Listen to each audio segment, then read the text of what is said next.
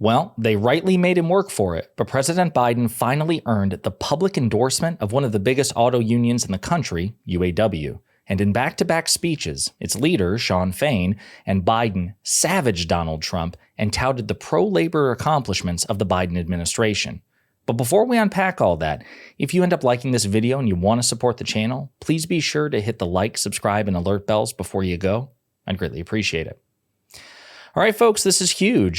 Shawn Fain, the leader of the United Auto Workers, has understandably withheld endorsement for months now, right? But finally, President Biden has earned the public endorsement of UAW. And we're going to play several clips from Shawn Fain's speech, as well as President Biden's, which followed. And then we're going to dive into some of the details of President Biden's pro-labor record and why he is a vastly superior choice to Donald Trump. This November, we can stand up and elect someone who stands with us and supports our cause, or we can elect someone who will divide us and fight us every step of the way. Now, obviously, you know who that is.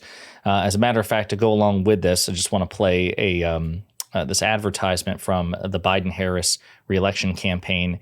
Promise failure, and it's Donald Trump and the reality of Donald Trump's promises with respect to labor and workers. If I'm elected, you won't lose one plant. You'll have plants coming into this country. You're going to have jobs again. You won't lose one plant. I promise you that. Operations at GM's Warren transmission plant end today. All the people that are left inside know this is their last shift here. Those jobs have left Ohio. They're all coming back. They're all coming back. A large American factory stopped production today after more than half a century. 1,600 workers at the General Motors plant in Lordstown, Ohio, are affected by this. It's hard to even fathom that I'm not going to be coming back tomorrow. No more empty factories that sit there and rot like all over Pennsylvania, all over New York State, all over Maryland. The GM Baltimore operations plant in White Marsh is preparing to cease production. So it's not just the closure of factories and the loss of manufacturing very often to overseas. It's also, again, the fact that just Donald Trump appointed terrible people during his administration who were anti-labor. But again, we'll play some more clips and unpack it together. Donald Trump is a scab.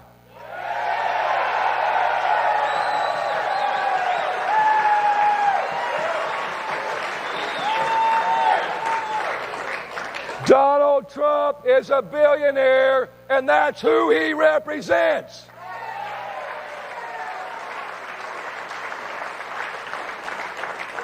If Donald Trump ever worked in an auto plant, he wouldn't be a UAW member. He'd be a company man trying to squeeze the American worker.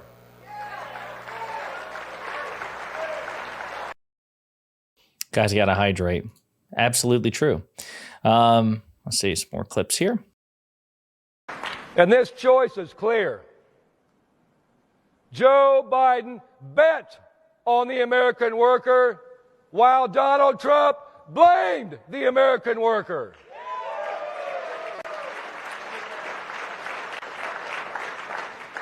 We need to know who's going to sit in the most powerful seat in the world and help us win as a united working class. So if our endorsements must be earned, Joe Biden has earned it. Again, powerful stuff there. Let's see. And then the official endorsement itself. Today, I'm proud to stand up here with your International Executive Board and announce that the UAW is endorsing Joe Biden for President of the United States.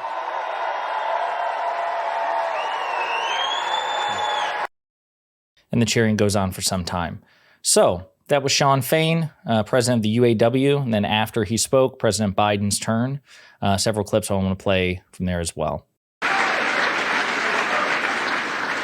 I've always fought for a strong auto industry, with UAW-built cars leading the world. That's about a simple proposition. You built these iconic companies. You built GM. You built these companies. You sacrificed to save them in the worst of times. And you deserve to benefit when these companies thrive. As Shawn said, record profits mean record contracts. All right, good stuff there. Again, pro-labor. A couple more clips. This one is specifically about Donald Trump and the comparison between them. I came to office. By the way, the last guy said he's hoping for a recession.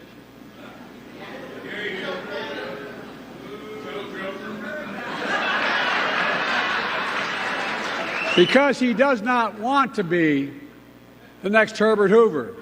He's already Herbert Hoover. He's the only president other than Herbert Hoover who lost jobs when he was president.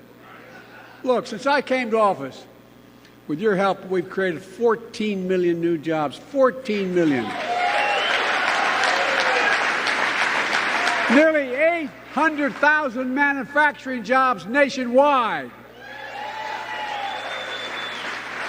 And that means we're creating American jobs and exporting American products instead of the other way around like we saw for too long. Unemployment has been below 4% for the longest stretch in 50 years, and it's going down. Wages are up. Household wealth is up. We have the lowest inflation and fastest recovery of any major economy in the world. We have the fastest growing economy in the world. I know we have more to do, and we're making real progress.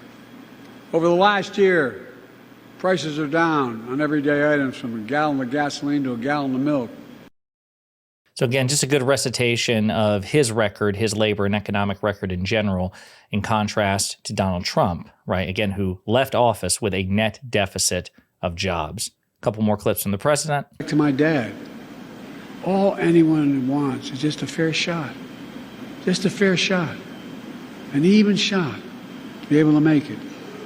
That's what my economic plan is all about. That's what the UAW is all about. That's what your battle has been about. The days of working people being dealt out of the deal are over in this country as long as I'm president. Working people are going to get their fair share. You've earned it. You fought for it. And you deserve it. So today I want to say to all of you, thank you. Thank you. I could not be more proud or more honored that you've chosen to stand with me. For all the progress we made together, you're the real hero. I want to make it clear, you're the heroes of the story. It's not what I did, it's what the American people standing up with backbone did. Can you imagine Donald Trump delivering a speech like that? He'd never give credit to anybody else. He'd be like, I did it. It's all me. You guys were there for the ride. You certainly benefited from it. One last clip from the president here where he takes a cheap shot at the economists who were predicting for the longest time that there'd be a recession on his watch. We all do well. It's called Bidenomics. If you notice, all the major economists who are talking about there's going to be a recession next week, next month, but all of a sudden, they're seeing the Lord. It's true. Like the predictions and the analysis reflect that macroeconomists are no longer expecting a recession. So Biden did beat the odds, right?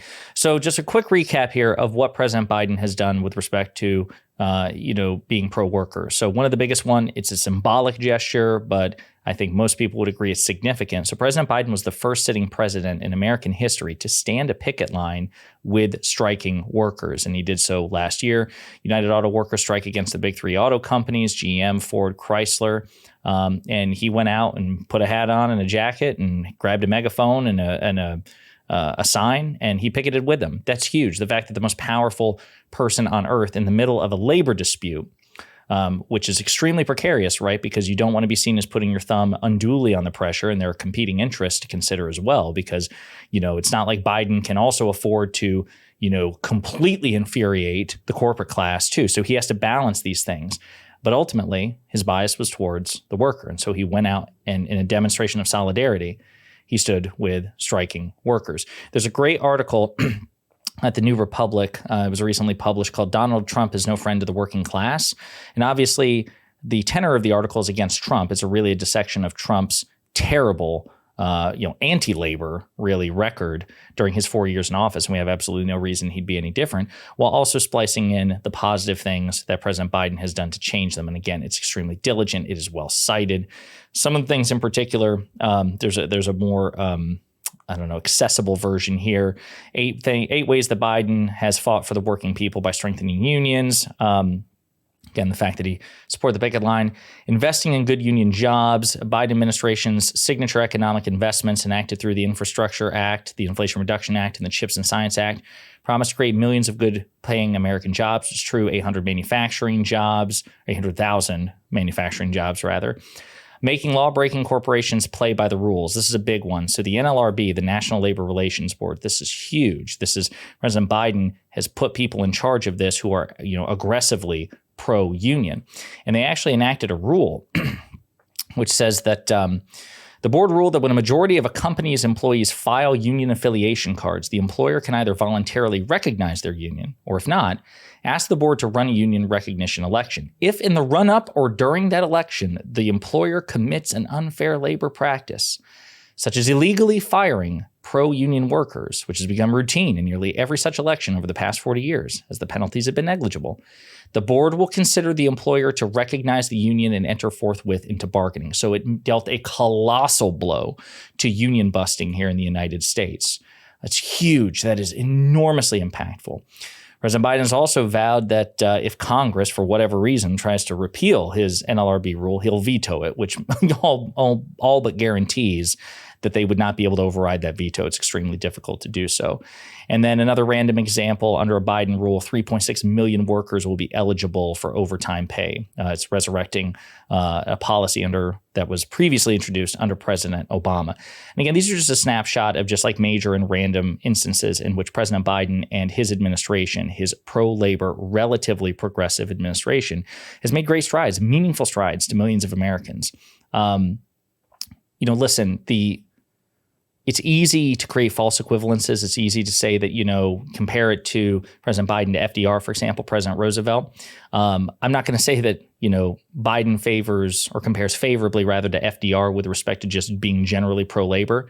But in terms of modern U.S. history, President Biden is the most pro-labor, pro-worker president in decades. There's just no question about it. And when the choice comes down to the most pro-worker, pro-labor president in decades versus a man who is arguably the least pro-worker, pro-labor president in decades, it's a pretty straightforward choice. So this is a meaningful endorsement from the UAW. Hopefully other unions will follow suit.